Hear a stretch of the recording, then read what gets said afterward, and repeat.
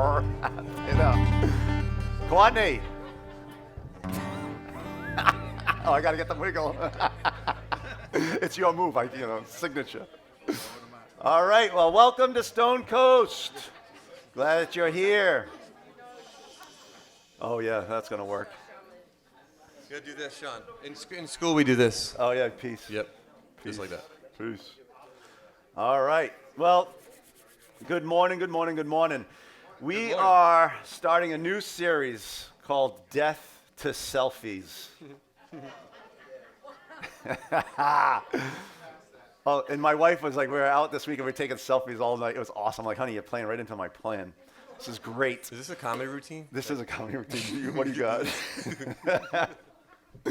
But I want to tell you, this is coming off of a great series that we were just in called The Prodigal God. And this one is by a guy named Stephen Furtick. You might have heard of him. He is a pastor, Elevation Church, and I believe it's in North Carolina. And the church is like phenomenal as far as like they have like 10 churches, 40,000 people, whatever. Very influential guy. And I resonate with his teaching. So this is a series that he put together called Death to Selfies. And I wanted to do this with us because I want to turn the page a little bit, right? We're coming out of a different series, and that was in the New Testament. We're going to be talking out of the Old Testament.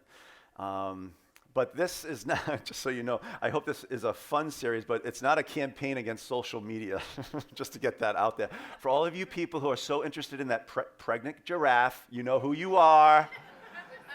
Did it give birth? I mean, we all set with that? I just want to make sure. So this is not a campaign against all you guys, like social media and doing all this Instagram and Facebook and what else? Twitter. Kevin Dowdy's the Twitter Kiva Sweet Saint something. So we got all this stuff, right? But what I do want to do in this series is kind of redeem social media a little bit. All right? So I want to take a selfie each week. So I'm going to try this. And I don't know what to do, but we'll see. I'm going to stand up here and maybe hurt myself. Oh, yeah. This is the ultimate selfie. Oh, who said that? You're one of them, huh? Huh? Where's Nikki? I asked for my selfie stick. It's coming next week. So this is my stick right here. All right. I'm like you'll look amazing. Oh, yeah. Oh, this is going to be a winner. All right. So each week we're going to do something. Yeah, I got my big head. All right, now I'm going to moon somebody. All right. This is off to a great start. All right. Woo. All right. So this is about what is our identity. All right. This is I hope it's fun, but at the same time, I hope that we really wrestle with where is our identity? Who are we really? Because our culture really puts a lot of pressure on us to compare ourselves all the time. Right? And why do we feel more confident online and not so much in person? And what happens is when we're trying to put up a front or we're trying to be someone that we're not, we're pretending to be something. And in that, it's all because of the cultural pressure that we need to be accepted based on looks, based on status, based on success. And those things in and of themselves, there's nothing wrong with that. But I think that we're here to go beyond that.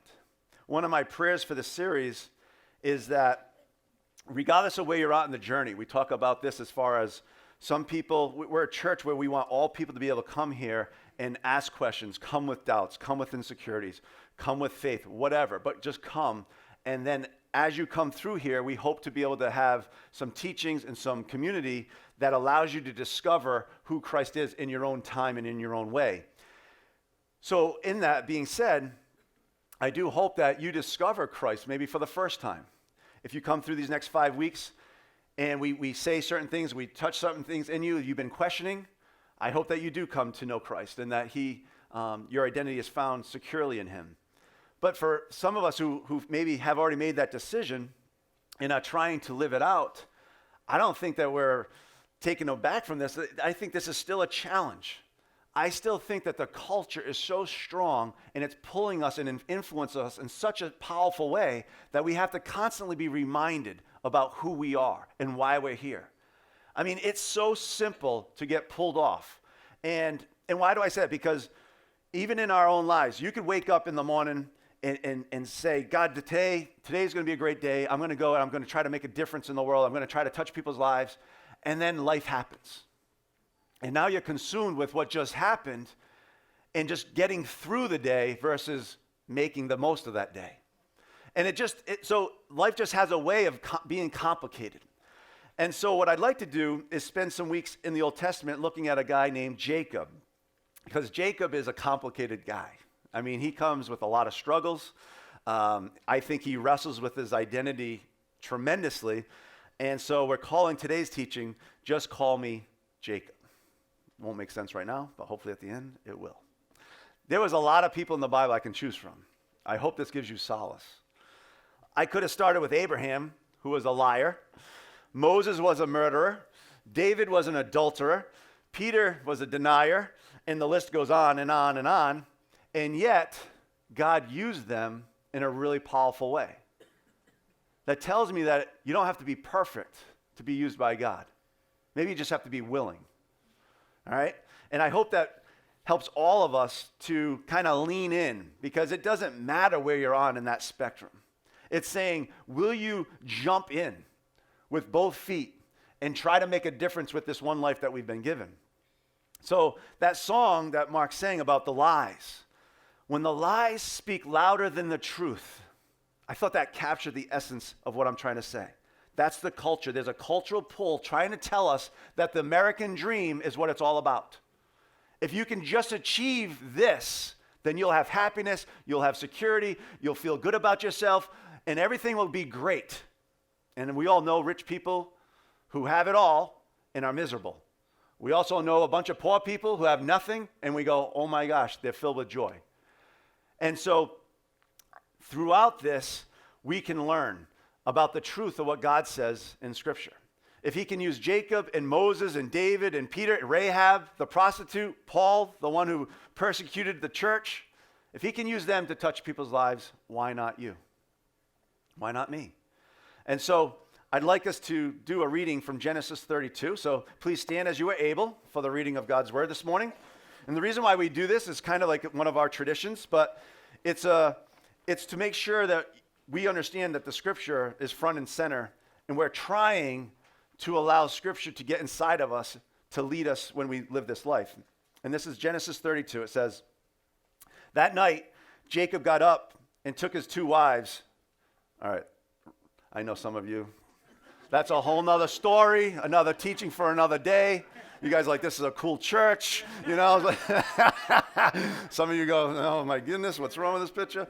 All right, then his 2 female servants and his 11 sons, and crossed the ford of the Jabbok. After he had sent them across the stream, he sent over all his possessions. So Jacob was left alone, and a man wrestled with him till daybreak, kind of like an angel.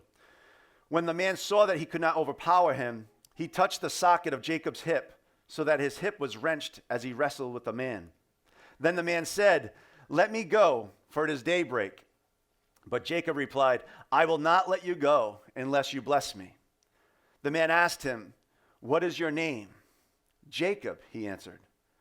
Then the man said, your name will no longer be Jacob, but Israel, because you have struggled with God and with humans and have overcome. Jacob said, please tell me your name. But he replied, why do you ask my name? And then he blessed him there. May God add his blessing to the reading, hearing, and doing of his word. Amen. You may be seated. So for some of you, that's a very familiar story. It's a popular story in the Bible, and it's depicting like a wrestling match. But this comes towards, the back half of his life. And I wanted to back up to set this up because we'll come back to these verses and it'll make a lot of sense to why we're reading those verses and naming the teaching what we're naming it. When Jacob was a baby, it shows who his identity was. Genesis 25, verse 21 says, Isaac, his father, prayed to the Lord on behalf of his wife because she was childless. The Lord answered his prayer, and his wife Rebekah became pregnant. The babies jostled each other within her, and she said, "Why is this happening to me?" What I want you to get out of those little verses right there is that there's a prayer for new birth. And maybe the scripture is saying that when something's going to come to life, it's going to be complicated. It's going to be hard. It's going to be painful. And so there's this wrestling going on. And in that, she asked this question, why is this happening to me? There's a thing about, do I trust God or do I trust what's happening inside of me, what's happening around me? And I feel like when we get into these places in our lives, when we ask the why question, why is this happening to me? A lot of times we go to other people to get the answer that we want versus going to God and trying to really figure out, what is he up to? What does he want to use? How does he want to use this for my own benefit, to bless other people? What is really going on? But in this, there's this idea that there's a dream, there's new life, there's something great coming, but there's a wrestling going on. So I wanted to share with you a story, a personal story, and then I'm going to go off on a little tangent. One of the things that I've been going through, so I was thinking about the birth of Stone Coast. So we just had our 1 year, quote unquote, anniversary. Some of you know the story, some of you don't. It took a lot of pain, a lot of people going through a season that I had no idea what could get birthed. And I did a teaching way back, probably, 15 months ago at my former church. And I named it, "There's Purpose in Our Pain." And it was in the middle of what I was going through. And I couldn't see beyond what was in front of me. And I was asking this question a lot, why is this happening to me, God? The coolest thing about this is I can say a year later,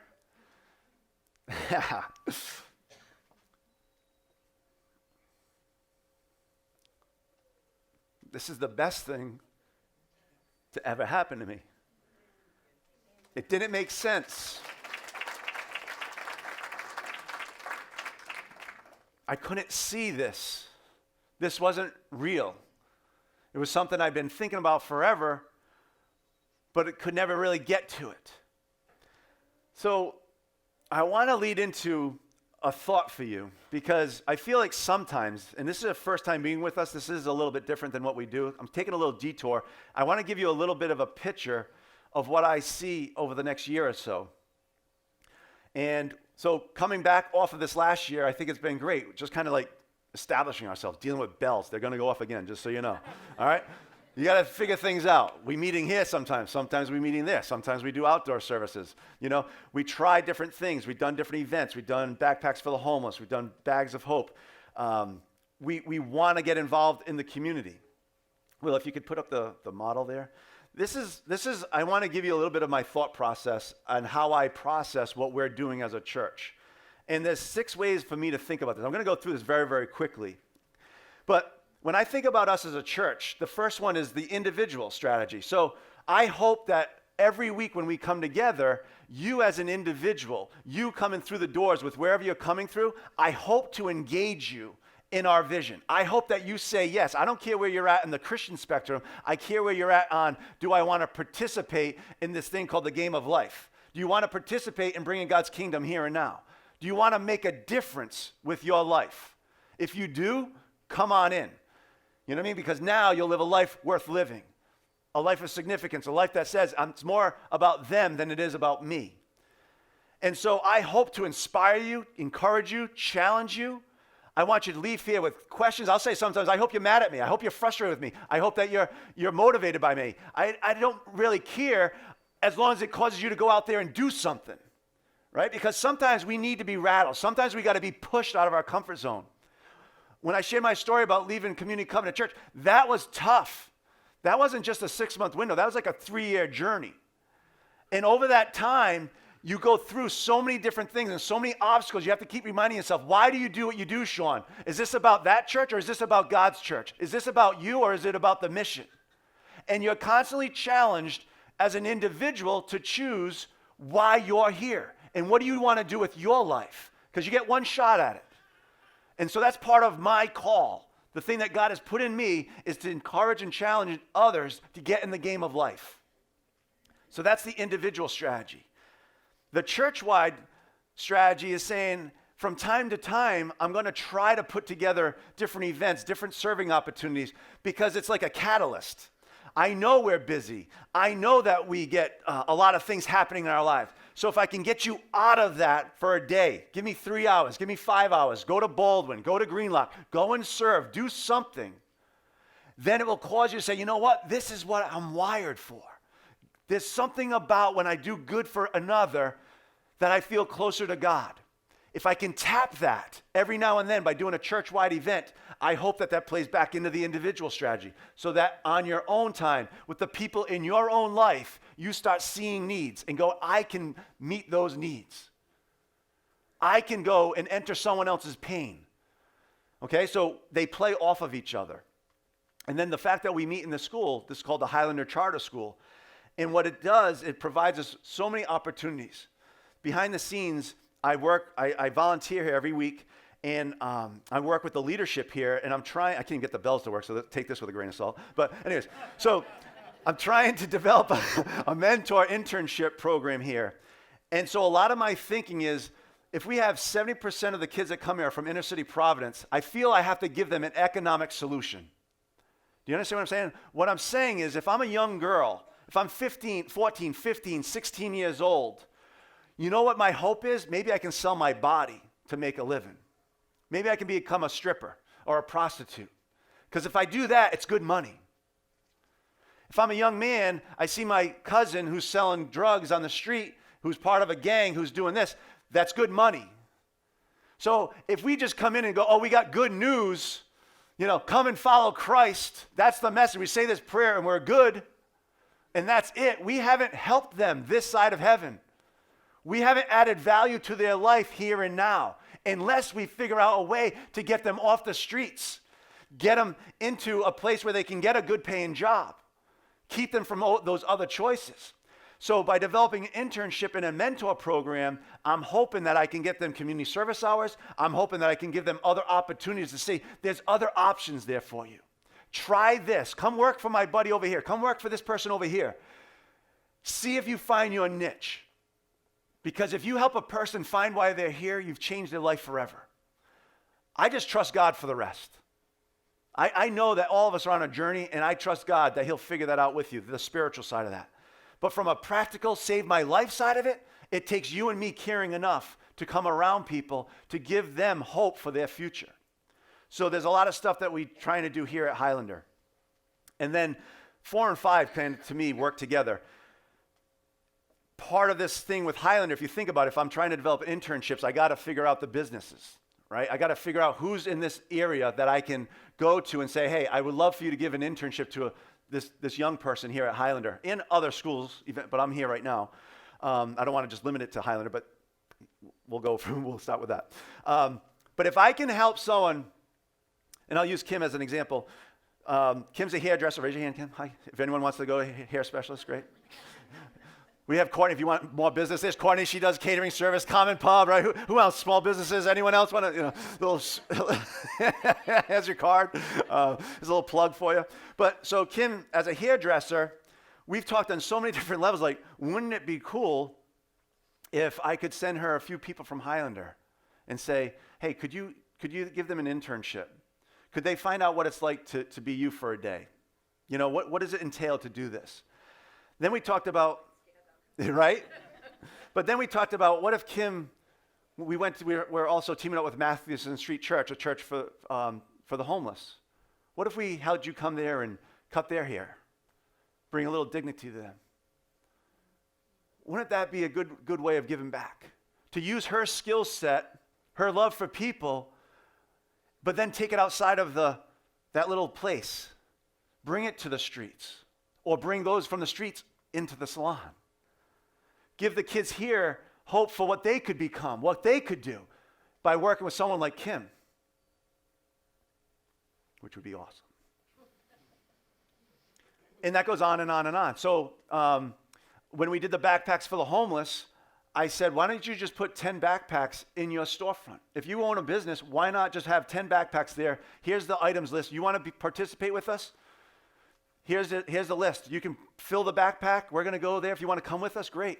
But now you just put a cause on your for-profit business, right? Make all the money you can. But I hope that with that money, I hope that you give back some of it for a cause that really, really matters. So I'm going around to all these different businesses around the area, and I'm just challenging them with that vision. But I also feel it's important, so number 5, I think it's important for us to kind of lead the way.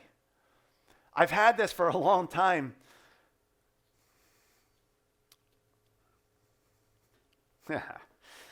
These are good and bad emotions. Dawn, raise your hand.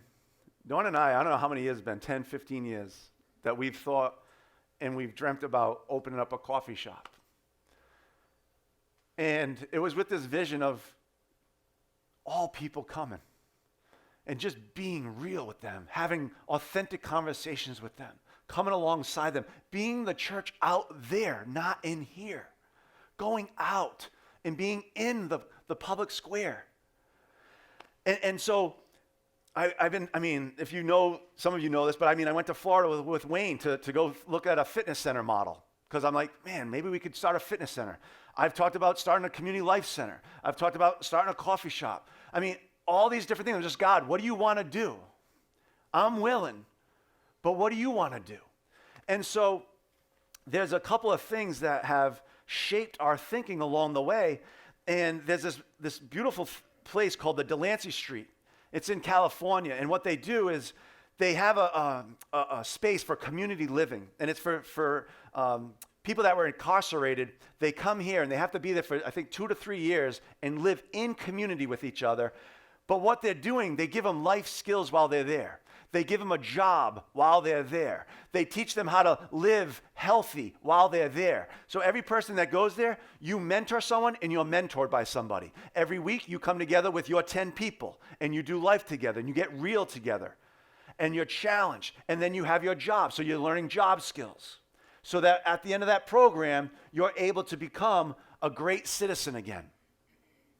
And so we listened to a talk by this guy named Stephen Chalk, and he started a thing called Oasis. And I'm going to ask Will to play it, so we're going to have to, just the audio part of it. But what I hope that when you listen to this guy, I'm going to make this available on, because it's like an hour and a half talk. And I hope that some of you will listen to it through the newsletter. But this is part of the vision that we have and that we're going to be walking in. And I'm going to kind of share with you a little bit about what we're doing. Go ahead, Will. We'll see if this works. Heard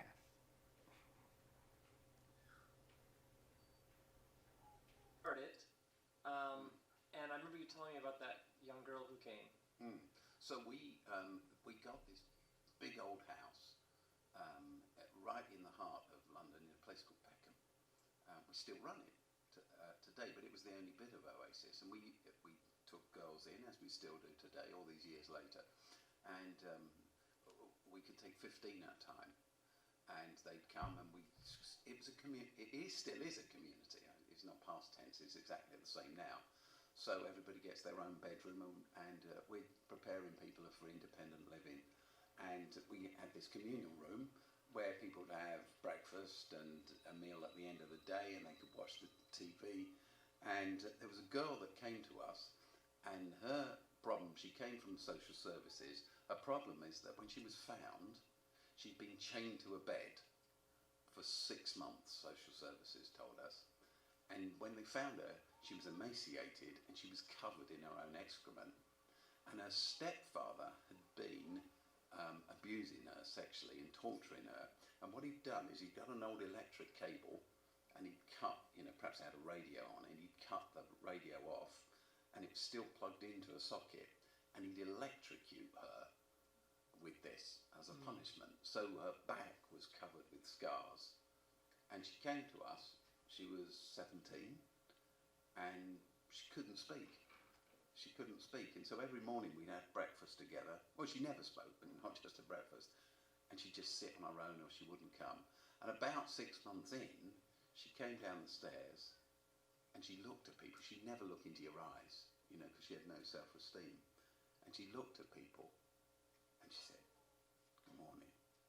And that night, the other girls who lived with us, they decided to throw a party for her. And she came in. She came into the room, and they had whistles and all sorts of things. They threw this party because she spoke. And about 6 months later, as a guess, we reached the point with her where we got onto a college course. And on that day, every other girl in the hostel took the day off, and they all rode on this red bus, double-decker London bus, from Peckham to Lewisham, which is 4 miles, perhaps, and then they got off at the other end, and she was going to a course at Lewisham College, and it has some steps you go up, and they stood on these steps, and they applauded her all the way up the stairs till she entered the college. That was a fantastic day. What I really learned from all of that, and many other experiences like that, was that in order to live independently, what we had to do is work with these girls to a place where they had a sense of self-worth and self-respect and self-esteem, and they had the social skills to be able to mix and make good decisions they didn't regret in the morning, and form good relationships, not bad relationships. And that was what mattered. So this whole idea I had, where I'd run a hostel, then a school and a hospital and a church, be a church leader as well. I thought these were 4 things. I realised they were all the same thing. And my reading of the gospel, the words of Jesus, "The Spirit of the Lord is on me, and he's anointed me to bring good news to the poor, to proclaim liberty to the oppressed, to set them free."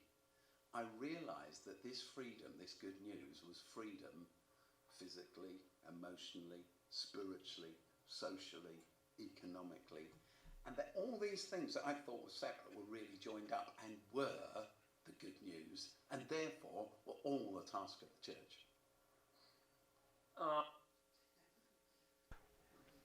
You should be applauding right now, but that's okay.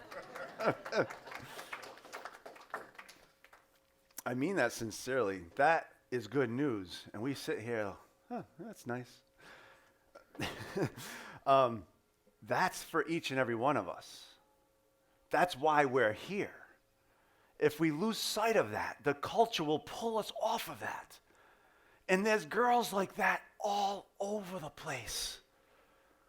Once you start walking in this, you start to see the pain.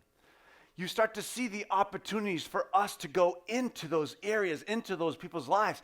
Think about how hard that is. Somebody had to say, "I'm not going to live the way I'm living anymore. I'm going to live in community with 15 kids." If he didn't do that, where would they be? I mean, this talk will rock your world, because they do this all over the world. This isn't some small thing. They have over 6,000 employees. And they just keep taking on people's lives. They keep creating opportunities to give back. It's an amazing organization. But what I love in the challenge is, did you see what he said about the church? And how at first he thought it was separate then, and then he said, "I came to realize it's all the same." The good news, what the church is for, is to bring good news into the world. Good news for this young girl was to find someone else that cared for her, someone else that gave her a voice, because they just simply loved on her. And every day they were patient 6 months before she said a word. That's just love, compassion, caring, patience, prayer, all of that. To one day she says, "Good morning." It's a good morning.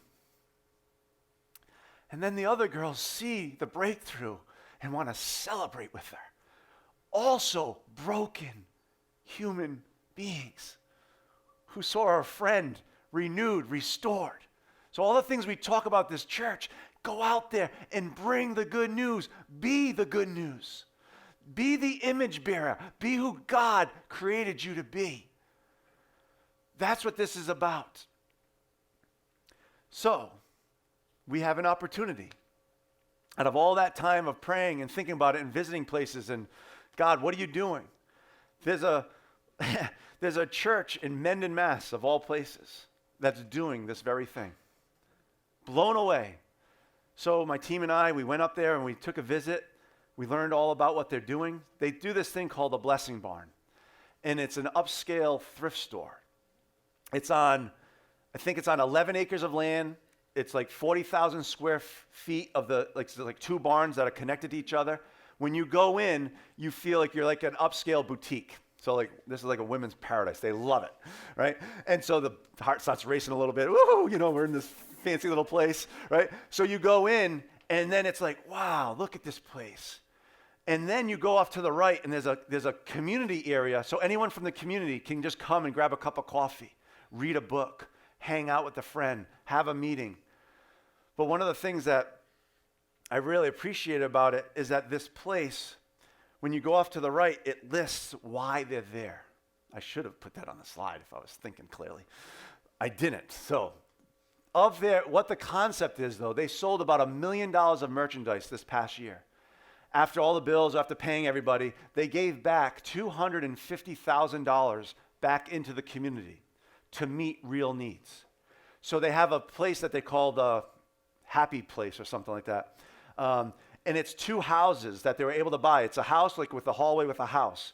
On one side, it's a house for kind of like that Delancey Street model. So there's a couple that we know that they live there. They gave up their house in Taunton. They go there and they live there full time. And what they want to do is take women from the ACI and bring them and live with them, live in community with them to get them back on their feet. So it's the same model as the Delancey Street model. That's on one side.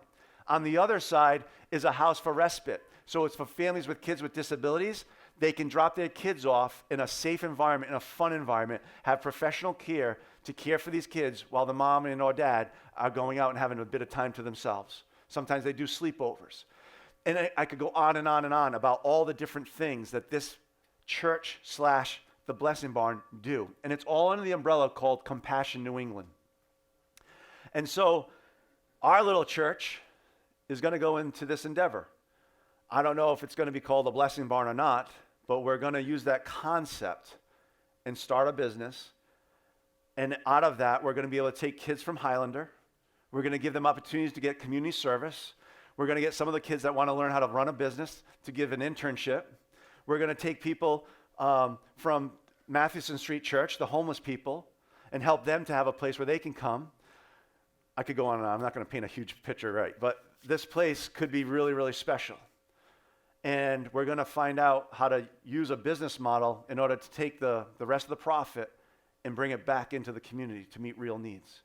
And so I just want you to know that behind the scenes, and I want you to be praying for us to be, there's a reason why I spend a lot of my time in the community trying to meet the different people, the leaders around here, to try to figure out who are the players, who are the people that want to make a difference that we can team up with and aren't afraid of a church.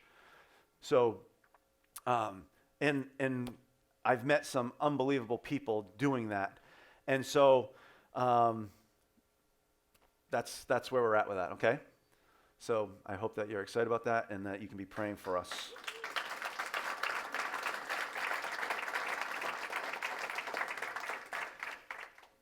And the other part of that's pretty cool is that, like as you go down this path, you kind of like watching and waiting. And so we think too that we might be called to have a space for kids with disabilities. Stacy, don't raise your hand. Stacy doesn't like to be pointed out, but that's okay. There's Stacy. Stacy is in the healthcare field, and she works with kids with really, really severe disabilities. And as we were going on this journey, I was just sharing it with my group on Friday night, and she's in the group, and she's like, you wouldn't know this, Sean, but for many, many years, my cousin and I have had a dream about opening up a respite house. And I was like, do I have a place for you? So we are actively working on that. We're working with the school to start here. maybe we can set up a space here during the summer to just start with some families that we know of. And so things are happening. I'm excited about it. And now back to the story. All right. So why did I say that? That's the whole thing about having a dream, allowing God to birth something in us. Let's look at Jacob just for a few minutes here with the time that we have left. Genesis 25. This is how Jacob started his life. I want you to think about who he was, what his identity was. It says, when the time came for his mother to give birth, there were twin boys in her womb. The first to come out was red, and his whole body was like a hairy garment. Beautiful little boy. So they named him Esau. After this, his brother came out with his hand grasping Esau's heel. So he was named Jacob. So I put up some pictures. Show me the pictures, Will. This is these beautiful babies. Go to the next one. Oh, yeah. All right, and then really a cute one coming up. This one's cute. My kids were really hairy too, and they weren't cute, but we all go, oh, cute, My daughter came out with like a Rocky face because like she, it was awesome. They put the forceps on her. They had the tube on, so she had a cone head, batted face. And we go, oh, you're so beautiful. Now you're a mess, kid. I was like, oh my goodness. So anyways, Jacob comes out. They put the little hat on, and it's like to hide the cone head. That's awesome. Made me think of the show, the Coneheads back in the day. Oh my gosh, do we digress? All right, so what I want you to get out of that verse is Jacob's identity was as a heel grabber. Coming out of the last series, you should know there's significance to this. What happens to the firstborn versus the secondborn? You should know this. There's a lot of privileges, right? We just came out of the story, the older brother, the younger brother. So the older brother gets the inheritance, right? Gets 2/3, and then the younger brother gets 1/3. So here we are. Jacob's like holding on to his heel. Let me out first. I want the blessing. I want that birthright, right? It was as if he came out. So his name means heel grabber. Get me what I want. So it's like a me first attitude. And he came out this way. All right? So here's a question for you to think about. How can we have a God first mentality in a me first world? I think that's part of what we have to wrestle with. How can we have a God first mentality in a me first world? My answer is it starts with our identity. Now, if you question this, it means you still don't have kids. Because every kid I know goes, me, mine, no. That's all. They don't say dad, mom first. They go, no. That's their first word. And then the second word is mine and whatever. We're me first. Selfish, selfish, selfish, selfish. That's how we come out of the womb. So there is a process of development. Now, later on, as Jacob gets older, not only is he a heel grabber, but he's a deceiver. All right? He tricked his older brother Esau into giving him his birthright. And I don't know if you know the story, but just real quick. He goes off, and Esau is a hunter. And so he's out there on the fields, and he's out there, and he's doing his thing. He comes back, and he literally says he's so tired that he thinks he's going to die if he doesn't get something to eat. So Jacob's like, I'll prepare a stew for you, but give me your birthright. And he's like, I'm going to die anyways. You can have it. And he deceives his brother into getting his birthright. So this is I'm just setting the stage for you to see, he's a heel grabber, me first kind of guy, but he's also a deceiver. And he's willing to get what he wants at all costs. All right. So then, the main story. We're going to spend 5 weeks on this guy, and I'm going to come back and forth in between it, but this is a really powerful story here. The story of Isaac. Isaac's the dad. So Isaac and Rebekah are the couple, and then they have Jacob and Esau. And what happens is, when Isaac's about to die, he has to give away his blessing. So Rebekah overhears Isaac talking, and she grabs Jacob and says, Jacob, we've got to set a plan because he's sending your brother out to go hunt and get a meal so that he can come back and we can bless him. So we can't let him bless him. So she sets up this whole thing as a ruse to get Jacob the blessing. So she puts a garment on his arms because remember, Jacob's a hairy dude, right? He's got this hairy face, hairy neck, hairy arms. And it's true, in the scriptures, it even says it because Isaac can't see anymore. He's old and he's blind. So he can't see, so she knows this. I mean, this is an elaborate thing going on. This is like scheming at its finest. Some of you do this. It's scary. I'm not kidding. I could go down a tangent. We do this. We scheme because I want what I want when I want it. Oh, this is an elaborate one. The Bible's kind of fun. So all of a sudden, you got to understand too, like Isaac loved Jacob. He loved Esau the best because Esau was the hunter-gatherer. He loved that toughness about him and that he would bring back the food and stuff. Now, meanwhile, I've got to picture this. Jacob is the kind of guy who goes, hey, Mom, you want to go on Pinterest? Do you want to watch the home show and you know what I mean? Like he's the guy that likes to be in the kitchen and really good with the culinary stuff. And Courtney, you'd love him. I mean, this he's a winner. But Jacob's a mama's boy, all right? Esau's the tough guy. He's great with a gun, and Jacob's good with a pan, all right? So you get the picture. So they're like, we got to get this done in a hurry because Esau's coming back, and when he comes back, he might have a gun. So he goes in there, and he goes, Dad, give me the blessing, blah, blah, blah, and he touches him. And he goes, it sounds like Jacob, but he feels like Esau. It's weird. I know, it's weird. He gives him the blessing. Esau comes back. Goes in, here, Dad, here's the meal. Give me your blessing. And Isaac goes, I already gave it to your younger brother. Rebekah, the mother's like, Jacob, you got to get out of here. He's going to kill you. So part of that, for real, for us, be careful how you get the blessing. It matters. How you get the blessing matters. Because for the next 21 years, Jacob's on the run. He got the birthright. He got the blessing. But now he's on the run for 21 years. Now, Matthew 26 says, what good will it be for someone to gain the whole world, yet forfeit their soul? Trying to do something you're not, trying to be somebody that you're not, will constantly lead to running and running and running. And you will not be fulfilled. Now, all of us do this, whether you want to admit it or not. All of us do this. We all wear costumes from time to time. But some of us do it so much that we've actually lost a sense of who we are. We've learned the game so well.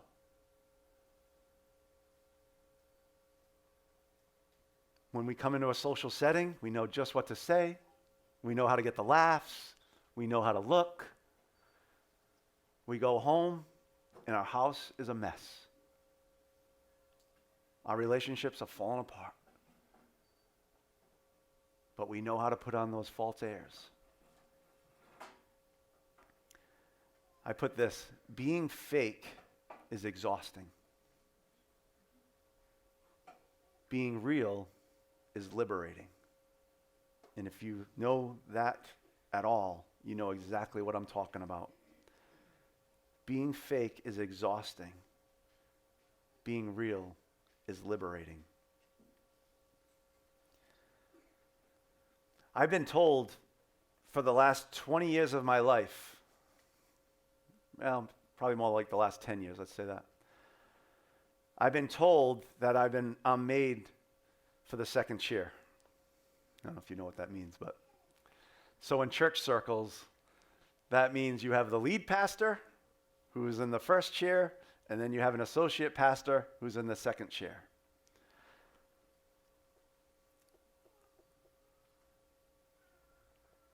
I went to do a life plan, came back, said, you're wired to be second chair. They're in the process of hiring a new leader at the former church that I was at. They had hired an agency. You're wired to be second chair.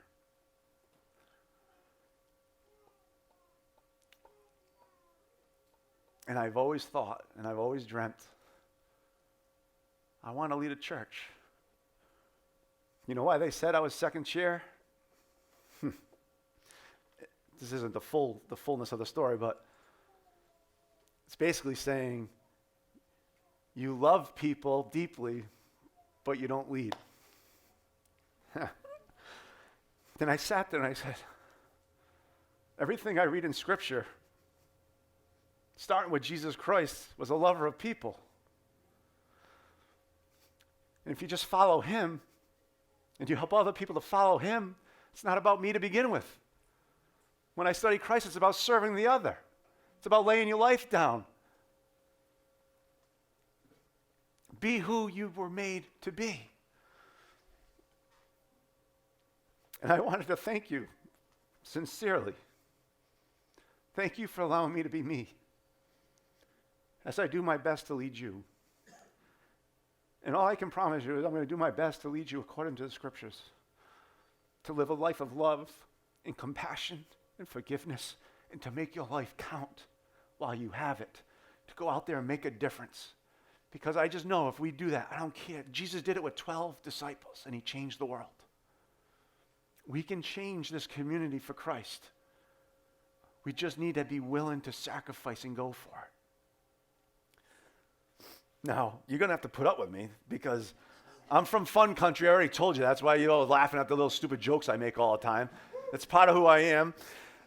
I'm very competitive. I'm very passionate. I'm sensitive. I cry all the time. You know, too bad. Get your own Kleenexes, Becky, right? I want to leave you with this thought and this question. How many of you have been running from your true identity? How many of you have been believing the lies? Believing what other people have said about you instead of listening to what God says about you?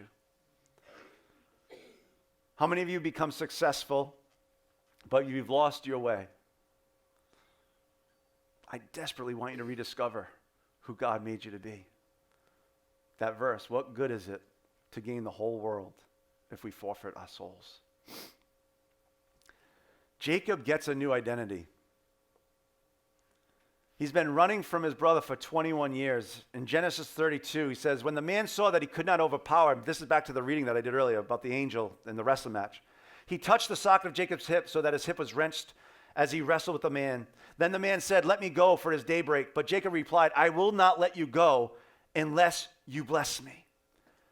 Anyone think about how old Jacob is when he's wrestling here? Anyone know? Anyone know how old?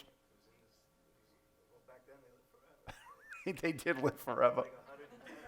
I always said, like, how's this young guy going to get his hip knocked out? He's 97 years old. The guy just had to, like, flick it. You know, like, 97 years old. This is a big wrestling match. It wasn't much of a wrestling match. Oh, sidebar. Fun country. All right. So, the big thing I want you to get, the last part of that verse, I will not let you go unless you bless me. All his life, he's been holding on to what he could get with a me first attitude. Here he is later in his life and saying, I'm going to return. I'm going to make amends with my brother Esau. And now I'm going to hold on to you, God, come what may. Hip out of socket. I'm going to walk with a limp the rest of my life, but I don't care because I'm going to get a blessing from you. What do you want for my life? That's what I'm after. Not about what I can get out of it. What do you want, God? And I'm going to hold on to it, come what may. Continues in verse 28. Then the man said to him, catch this, your name will no longer be Jacob, but now it's going to be Israel, because you have struggled with God and with humans and have overcome. Israel means triumphant with God. Triumphant with God. I used to be a heel grabber and a deceiver, and now I'm triumphant with God. For the rest of his days in Scripture, he's known as both. Sometimes he's referred to as Israel. Sometimes he's referred to as Jacob. There's this awesome scene in the book of Exodus where Moses is with the burning bush. And I want you to hear what it says in Exodus 3. Do not come any closer, God said. Take off your sandals, for the place where you are standing is holy ground. Then he said, I am the God of your father, the God of Abraham, the God of Isaac, and the God of... What should it say? This is key. The God that we serve, is taking Jacob, the deceiver and the heel grabber, I can use you, Jacob, to change the world. I'm going to take you just as you are, with your imperfections, with your weaknesses, with all that you came out, with your identity. I'm going to take that, and I'm going to use you to change the world. It should have said Israel, but it says Jacob, because we serve a God that says, I can use you and you and you just as you are. Just be willing. And if you're willing, we'll go out and make a difference, and we'll change people's lives. To me, that is such a great reminder to all of us. So I ask you in conclusion, what's your name? Are you running after a lie, trying to be something you're not? Or are you living in who God made you to be? Let's pray. Father, thank you for the story that teaches us about who you are and your nature, that we can trust you, that we can come just as we are. We don't have to put on a costume. We don't have to pretend. We don't have to be fake. In fact, you love it when we come as we are. That's why you're still the God of Jacob and not just the God of Israel. Let us be fully who you intended us to be fully human, inspired by the Spirit of God, so that we can go out and bring good news. Father, have your way in us. May your will be done on earth as it is in heaven. And we pray this in Jesus' name. Amen.